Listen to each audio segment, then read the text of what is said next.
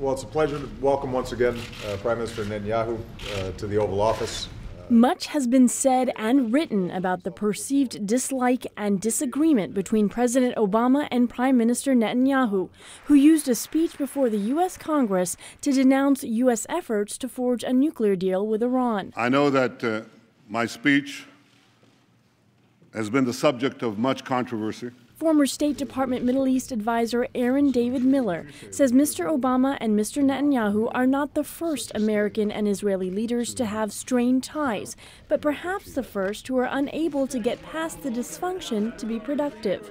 And that is, I think, a result of a confluence of different personalities, different politics, and different policies. It's a perfect storm, basically, and it's resulted in probably the worst patch in the modern history of the U.S.-Israeli relationship.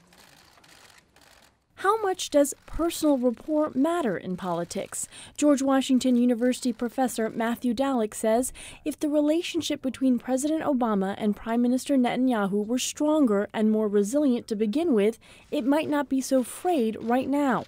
Dallek says cultivating friendships with foreign heads of state is important for American presidents, particularly if a crisis occurs. I don't want to overstate the importance of personal relationships. Those can't necessarily overcome major policy disagreements. Having said that, when issues are tough, they can make a big difference.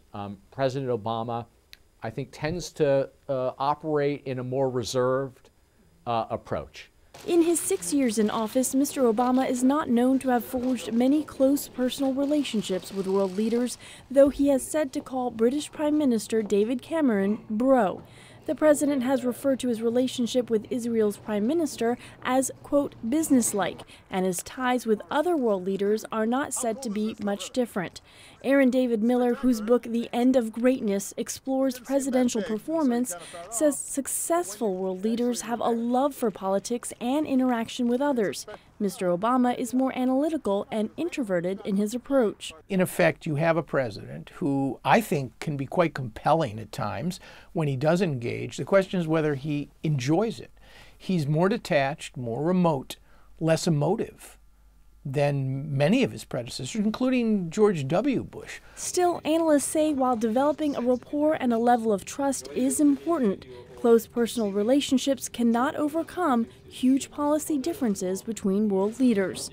Pande, VOA News, the White House.